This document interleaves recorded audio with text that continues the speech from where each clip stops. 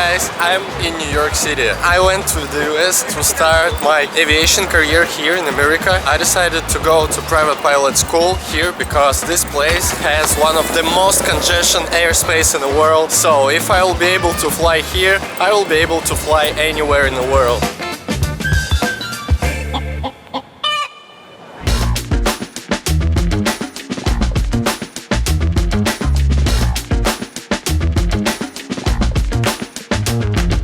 There are 3 hours of night flight, right? Yes. And my question is, we need to do some trip, 50 miles, right? Yes. And can we do it to Manhattan side? Sure. Manhattan flight, if we were going to a destination on the other side of Manhattan, to the east side, you might get some good views, but personally, a route that I like to do is, so we fly from our airport somewhere over here. We're gonna fly directly over Teterboro, over the river, onto the Hudson, south, circle around the Statue of Liberty, and then we'll ask for permission to go up this river and then cross over Central Park and come back. I like that one. It's really amazing views, and we can do that together at some point in the daytime or the nighttime. Nighttime is probably easier because there's less people in the area. We'll be talking to Teterboro Tower, Newark Tower, and LaGuardia Tower. So you're talking to the big airport controllers. I'll do that with you the first time, and we'll probably sit down before the flight, and I'll actually tell you what to expect in terms of radio calls so that you're not surprised. It's very easy, but it can be a little stressful for the people doing it for the first time if they don't know what to say exactly. I just met Ryan. He is gonna be my instructor, and he's a nice guy. I really like him, and the most important thing, I can't understand his English at all, every word except the words I don't know.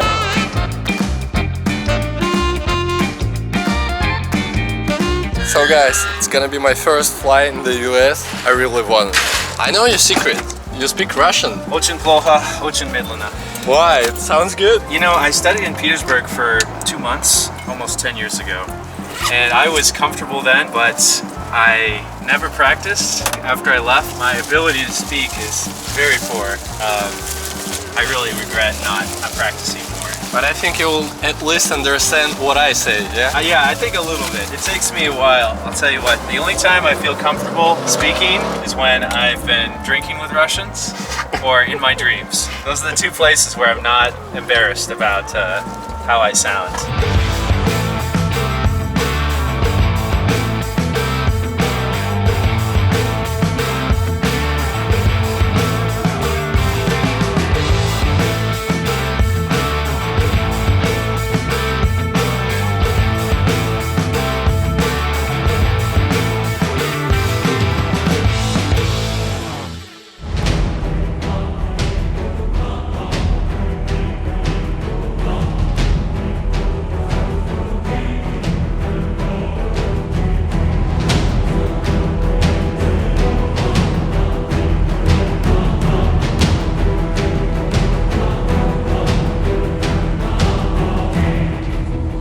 I fly in the US. Oh, well, oh my god. I'm happy to help make that happen, my friend. We're going to climb to 1,500 feet, and then we're going to lower our altitude and level off.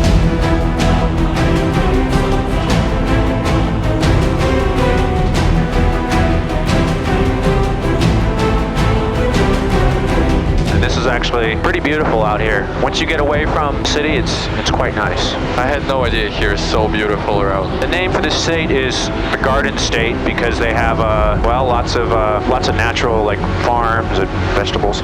If you look off your left, directly under your wing, you can see a tiny little airport. Yeah, I can see. Yeah, that's someone's personal airstrip. So they have a tiny house up there and their own runway only they can land on. Wow, very nice.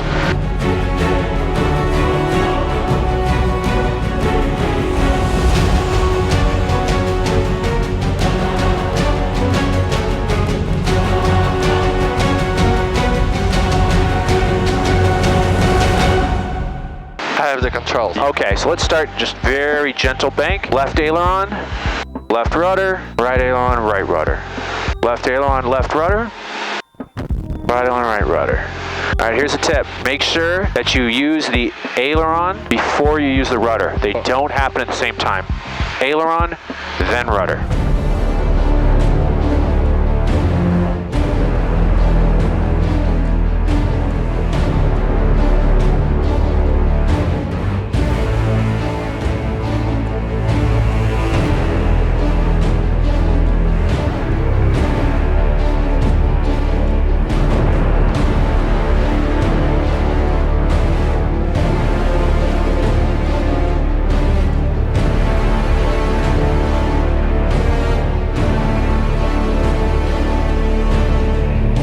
outside, okay? Don't look inside. If you look inside, I'll show you what's gonna happen. And your nose is gonna do this. You're gonna start to descend. You see that? Then you can do a quick glance at your altimeter and then just look back outside. But looking outside is the most important part of this maneuver.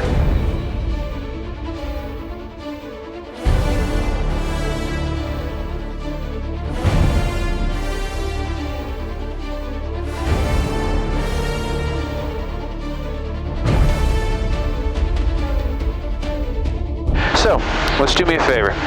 Carb heat on, nice and slowly. Let's reduce that power all the way to 0. Hold your nose, don't let the nose drop just yet, and let's trim up. All right, let's trim the plane out for 70 knots. Hey, what? Let's turn this crap off. I don't want this on.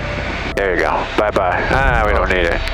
So right now, our height above the ground is about 2,800 feet. We are about, the ground is about 500 feet above the ocean. Now, you see there's a small lake in front of us? Yeah. On the other side of that lake, there is a small airport. We won't make it. I wish we could, but we won't make it back to there.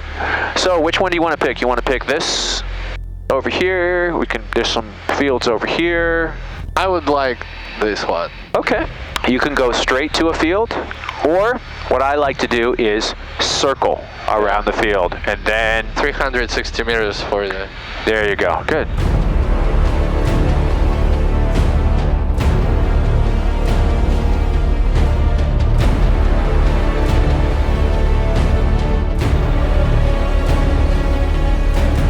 Now, because there's kind of some houses underneath us, this is about as legally as low as we're allowed to go. I think you would have made it.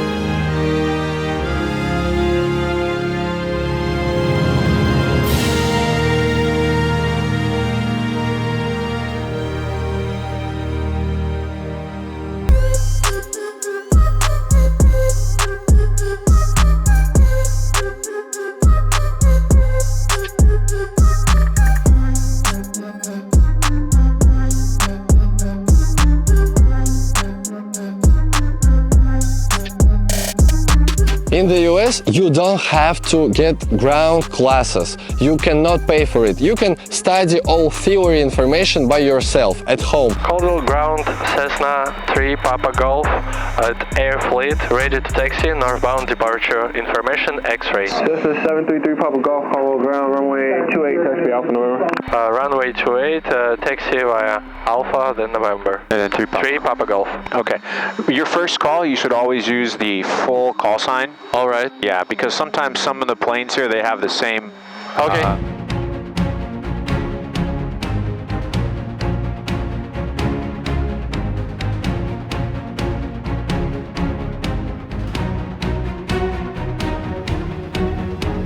All right, good. Heels on the floor, very nice. Take your time, no brakes.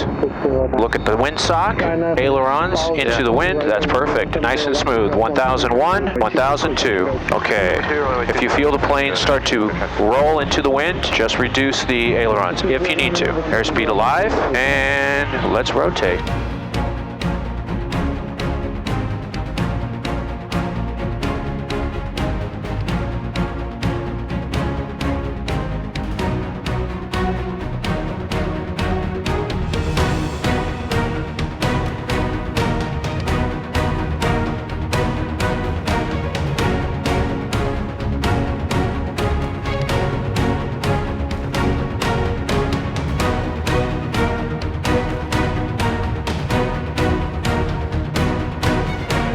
1, 2, 3, 1, 2, 3, 1, 2, 3. Extend upwind 1 mile. There it is, yeah. 1, 2, 3. Better? I always turn mine all the way down. Sometimes people, I know that this headset is not as good as a Bose, but I just don't want to be deafened. Oh, looks like someone's getting yelled at. Bearing 1 in Quebec number 3, follow Cessna traffic 2 mile final. 2,500, very good.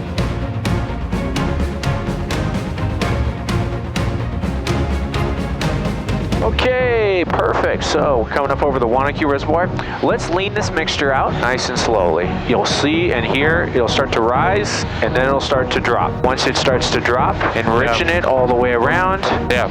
All right, good. That'll help save us some fuel, get us a little bit more power. You're doing a great job with your altitude. I'm loving it.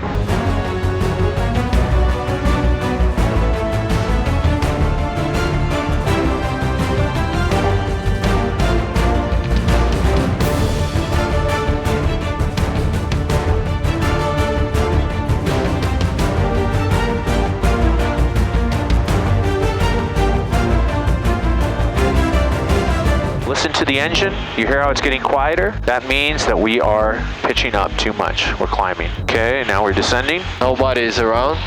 Okay. One thing that I didn't get time to explain to you earlier, when you called for the takeoff clearance, when he called you back, he said, Skyhawk 733 Papa Golf, Caldwell Tower, altimeter 3014, 210 at 7, gust 15, runway 28, clear for takeoff. And what's your direction of departure? So he gave us a new altimeter setting. He gave us the wind observation, as well as he asked us which way are we going. Because when we call them, it's not always the same person who gives us where to taxi and the same person in the tower. So sometimes there's some have all the information, so they may ask you.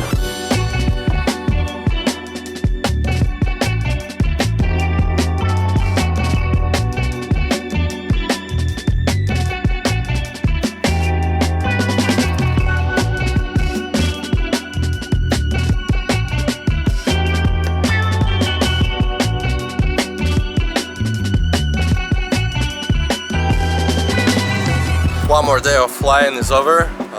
Things going better, but I'm still not ready for solo flight because of some ATC issues or landing. Ryan is not sure about my landings. He said I'm not stable enough. I don't think so, but he's a trainer. His opinion is major, okay, and he asked me to do like a little different stuff that I get used to do, especially about taxiing. I like to learn different ways of doing something, and then I will be able to choose my way after classes. Right now, I just do what Ryan says and I accept everything. So I really like the way of study here. Atmosphere is great, airport is perfect, everything is really interesting, and I really like the way of ATC here.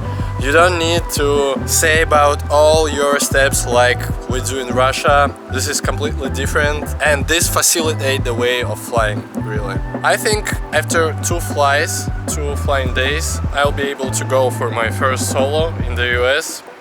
I still can't believe when I fly I can see Manhattan, New York, all skyscrapers around, and this is really good, this is impressive, and every time I go to airport I'm so excited about it. But the most excited thing I'm waiting for is cross country. It's gonna be legendary, I'm sure.